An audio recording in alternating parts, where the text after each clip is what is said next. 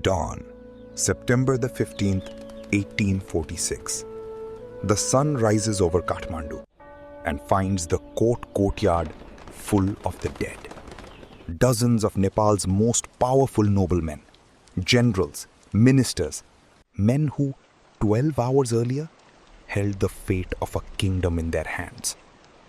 Rainwater runs red across the stone. The palace is silent. No war had been declared. No army had marched on the capital. And yet by morning, an entire generation of Nepal's ruling class was gone, and power itself had changed hands.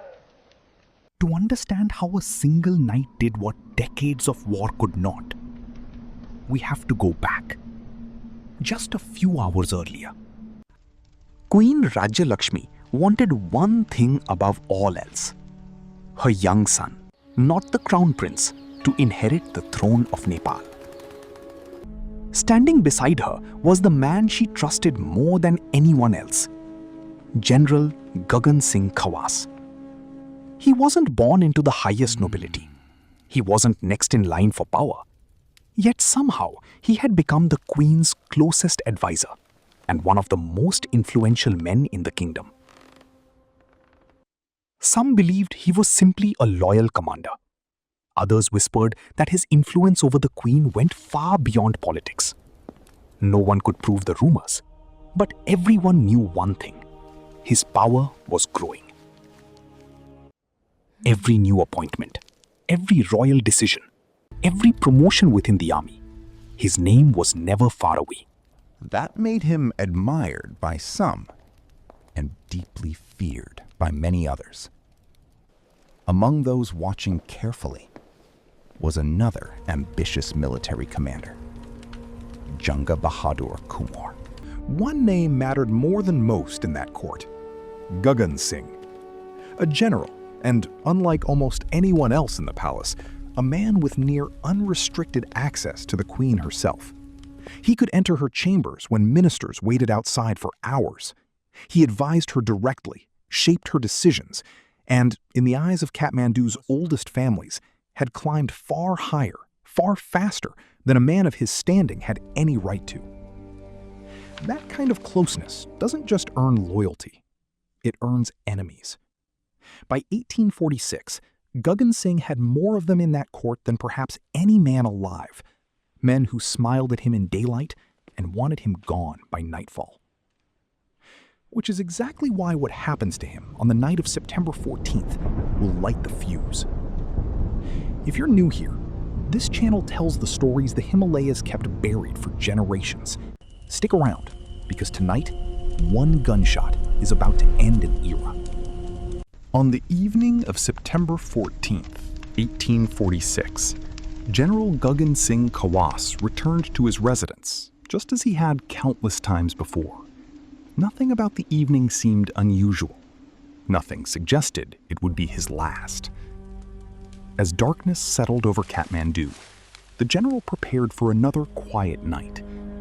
A single gunshot shattered the silence. The bullet struck Gagan Singh. Within moments, one of the most powerful men in Nepal was dead. No one knew who had fired the shot. No assassin was captured. No weapon was ever found.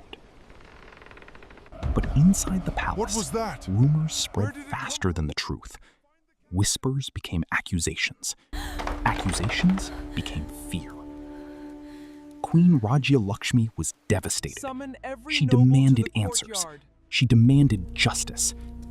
And before the night was over, she would summon every powerful noble in the kingdom to the Kot. No one walking through those gates knew that many of them would never walk out again. The Queen's grief quickly became rage. She wanted the killer found immediately. Before the body of Gagan Singh had even grown cold, she issued an extraordinary order. Every powerful noble, every senior military commander, every court official was summoned to the court. No excuses, no delays. Messengers raced through the streets of Kathmandu carrying the Queen's command. Across the city, palace officials, noble families, and military leaders were pulled from their homes in the middle of the night. No one knew exactly why they had been called, only that the queen demanded their presence. One by one, they made their way toward Hanuman Dhoka. Some arrived with loyal followers. Others came alone. Many expected an investigation. Some feared revenge. None of them knew what the next few hours would bring. As the gates of the Kot closed behind them, history was already moving toward its bloodiest night. Men who an hour ago were asleep in their beds, now standing in a torchlit courtyard, uncertain if they've been called here as witnesses or as suspects. Then Junga arrives. Not alone, not hurried. He enters with his own troops, already armed, already in formation, moving with the calm of men who knew exactly where they were coming. In a courtyard full of confusion, he is the only person who looks like he was expecting this. Was he simply a soldier, ready for any unrest the night might bring? Or had he already known, long before that gunshot rang out, that this night was coming? Nothing directly ties Junga to what happens next. History has never fully answered that question. But what happens next will make him the most powerful man in Nepal. Inside the courtyard, the questions start before anyone has even sat down. Who killed Gagan Singh? Someone here must know. Someone here must answer for it. For a few minutes, it is only voices, accusations, old debts called in front of the wrong crowd. Rivalries that had simmered for years, sometimes generations, pouring out in the worst possible place, at the worst possible moment. And then, for a moment, everything goes still. A blade is drawn. One killing is all it takes, because in a courtyard packed with armed, frightened, already suspicious men, one death doesn't end the tension. It detonates it. Torches are knocked to the ground. Smoke begins to fill the enclosed courtyard, thickening the dark. Someone shouts an order, and 3 other men shout a different one over it. The gates, meant to keep danger out, now trap everyone inside with it. This is not a battle. There are no sides, no formations, no clear command. It is chaos. Men turning on men they've known for decades. Alliances collapsing in seconds. No one fully in control. Not the queen, not the king. Not even Jung Bahadur, standing at the edge of a storm he may or may not have seen coming. It lasts only a matter of hours. It feels, to the men trapped inside those walls, like it will never end. By the time it does, dozens of Nepal's most powerful men, ministers, generals, heads of the great noble houses, lie dead on the courtyard stones. In one night, an entire ruling class is gone. Silence returns. But Nepal will never be the same again. When the sun rises over Kathmandu, the fighting is over. The smoke begins to clear. The shouting has stopped. The Kot courtyard is covered with the bodies of Nepal's most powerful nobles, generals, ministers, members of the great aristocratic families, men who had shaped the kingdom for decades. Now, they are gone. The Shah King still sits on the throne, but everyone understands that something has fundamentally changed. Power no longer belongs to the court that gathered inside the Kot. It now belongs to the man whose soldiers remained standing. Jung Bahadur has emerged as the strongest figure in Nepal, not through inheritance, not through election, but through one extraordinary night that destroyed the old balance of power. The Kot Massacre is over. Its consequences are only beginning. By the end of that night, Jung Bahadur has accomplished what few men in history ever have. He has survived the deadliest political crisis in the kingdom and emerged stronger than everyone around him.